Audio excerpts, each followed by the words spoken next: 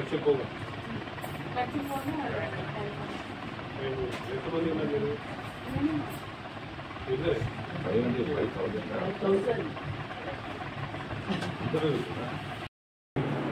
will just send a text to your junior. Please get it to my room. Samosas or something you want to order from a restaurant. We have to go all the way and bring it there. Why not tell some of our juniors to get the food? So that one odd incident will not result in some negative thing. But over a period of third year, 115 second year, 115 first year, some of your friends might have already ordered the same junior something. Over a period of time, this builds up. And that then leads to a sudden incident which can be problematic for you. So ragging is not just about suicide or anything. When you do such things, when you look down upon someone, your junior or your classmate, it also affects them psychologically. Today, Mental Health Care Act is a reality. We all know that depression, other symptoms like anxiety, you can fall victim to that. So please, I request all of you, we are all very proud of you. The benches you are tomorrow if you come and sit in a police station, what is there for him to lose or for me to lose? It is your life, it is in your hands. You are all above 18, you are all above, you have voter cards. I am sure all of you are registered voters. So today you are all adults. So for your mistake, you cannot blame someone else. This has come over a lot of effort. For your college, for your hostels, for the girl students who have occupied that hostel, your principal, SP Garu, our engineers, they have been working in that hostel for almost 2 years. We have delegated almost 50 acres of land.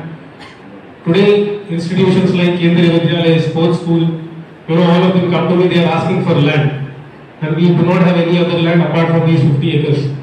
But we are still saying that this is required for government college, medical hospital, your hostels, your residential premises for your doctors, etc. Citizen వాళ్ళ taxes రూపంలో కానీ తర్వాత ఇతర services charges రూపంలో కానీ మాకు pay చేస్తారు. So మేమెంతో రెస్పాన్సిబుల్గా ఉండాలి. దినారాత్రులు మా యొక్క ఆశయం, ఆలోచన, మన నడవడిక అన్నీ కూడా ఈ సొసైటీకి మేలు చేసేలాగానే ఉండాలి తప్ప సొసైటీకి నష్టం చేసేటట్టుగా ఉండదు. ఇది గవర్నమెంట్ ఆఫీస్ వాళ్ళకు నొప్పులు ఉన్నా కానీ, జ్వరము, ఇతరత్ర అవస్థలు ఏమున్నా కానీ, శారీరక మానసిక అన్ని అవస్థలు మీ దగ్గర తీరుతాయనే ఒక నమ్మకం కొద్దీ వస్తారు. మీలాంటి వాళ్ళు ఈ సమాజానికి ఎంతో అవసరం. సమాజం మీ గురించి ఎదురు చూస్తాం. మీరు వచ్చి వాళ్ళకి ఏదో సేవ చేస్తారు, మీరు అండగా నిలబడతారు. వాళ్ళు పేదరికంలో మగ్గితూ మందులకు కూడా సరైన డబ్బులు లేకుండా ఉన్న పరిస్థితులు అనేక మంది మీ యొక్క రాక కోసం. అటువంటిది మీరు పరిపూర్ణమైన వైద్యులుగా అంటే డాక్టర్గా కంప్లీట్ ఫేస్లో, కంప్లీట్ స్ట్రక్చర్లో, కంప్లీట్ షేప్లో మీరు బయటకు వెళ్తే మీ పేరెంట్స్కు అట్ ద సేమ్ టైం మీ సొసైటీ కూడా హ్యాపీ.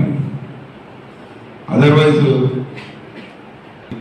లేదా మన కెరీర్ నాశనం చేసుకొని జైలుకి పోతే మీ పేరెంట్స్కు, మీ రిలేటివ్స్కి, మీ ఫ్రెండ్స్కి, తర్వాత at the same time society కూడా అవమానకరం. సొసైటీ లాక్స్ ఆఫ్ రూపీస్ మీ మీద ఖర్చు పెడుతుంది, మా మీద కూడా పెడుతుంది. మేము కూడా అందుకే రెస్పాన్సిబుల్ ఉండాలి.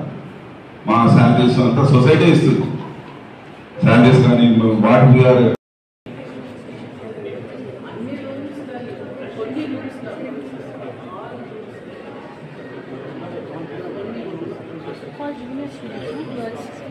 junior girls.